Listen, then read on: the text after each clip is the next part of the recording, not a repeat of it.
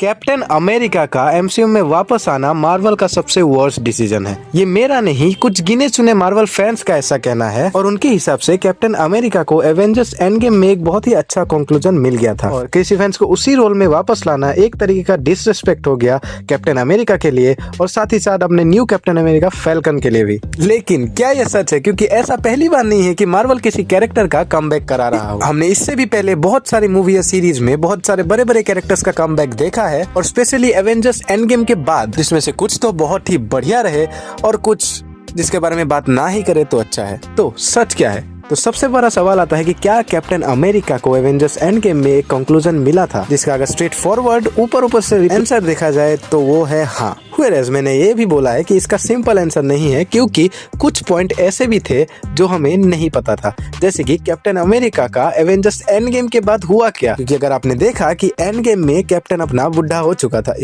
With due respect retired हो चुका था और हमें बस ये बताया गया कि उसने अपनी बाकी की जिंदगी पेगी कार्टर के साथ खुशी खुशी बिताई, जो कि ऊपर से देखने में तो ये लगता है कि एक बहुत ही बढ़िया कंक्लूजन है। लेकिन हमें ये नहीं बताया गया कि उसने इन्फिनिटी वॉर के साथ क्या किया, क्योंकि एवेंजर्स एंड गेम में हमें ये बताया गया था कि किसी भी चीज को छेड़छाड़ करने से टाइमलाइन क्रिएट हो सकता है, जो कि ऑब्वियसली थ्रेट है मेन टाइमलाइन के लिए। उस चीज को अवॉइड करने के लिए हमें उस इन्फिनिटी स्टोन को उसी टाइम और प्लेस पे रख देना होगा, जिसका रिस्पॉन्सिबिलिटी लिया था खुद अपने कैप्टन अमेरिका ने। तो उसने उस बाकी स्टोन्स और म्यूनर को कैसे रखा ऑब्वियसली हमें नहीं बताया गया, जिसके पीछे शायद कुछ बहुत ही बड़ा टाइम गैप हो। लेकिन फिर भी ये बात तो डिनाई नहीं करता कि कैप्टन अमेरिका को एवेंजर्स एंड गेम में एक अच्छा कंक्लूजन मिल गया था। बट यहाँ पे एक और क्वेश्चन आता है कि क्या उसका कमबैक नेसेसरी था? तो इसका सिंपल आंसर है मार्वल के करंट कंडीशन को देखते हुए हाँ, बिल्कुल। क्या ये अपने कैप्टन अमेरिका का डिसरिस्पेक्ट हुआ? अगेन इसका सिंपल आंसर है नहीं, क्योंकि हमने डेडपूल एंड वुल्वरिन में देखा वुल्वरिन का कमबैक, इस मूवी का नाम में ही वुल्वरिन था। बिना किसी छेड़छाड़ के उन्होंने बिना वुल्वरिन डिसरिस्पेक्ट किए उस मूवी को बहुत ही परफेक्टली दिखाया गया और वुल्वरिन को हमें फिर एक और बार देखने को मिला और आगे भी देखने को मिलेगा। और ये बोलना खराब नहीं होगा कि उस मूवी में वुल्वरिन का हमें बेस्ट वर्जन देखने को मिला आर्ग्यूबली। यस, जो डेडपूल ने स्टार्टिंग में किया वो कुछ भी हो, वो डेडपूल है और देख के मजा आया था।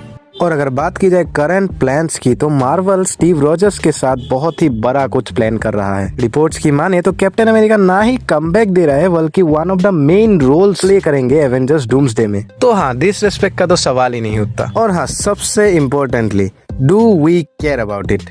कैप्टन अमेरिका का वापस आना कोई छोटी मोटी बात नहीं। कैप्टन अमेरिका का वापस आना एक सपने के जैसा है। आज से 4 या 5 साल पहले हम लोगों ने ये कभी नहीं सोचा था कि कैप्टन अमेरिका वापस आ सकता है। हम सबको यही लगा था कि एवेंजर्स एंड गेम में उसकी कहानी खत्म हो चुकी है। कमबैक एमसीयू के लिए सिर्फ एक रिटर्न नहीं है, ये एक रिमाइंडर है कि मार्वल किस चीज पर बना था, कैरेक्टर्स पर।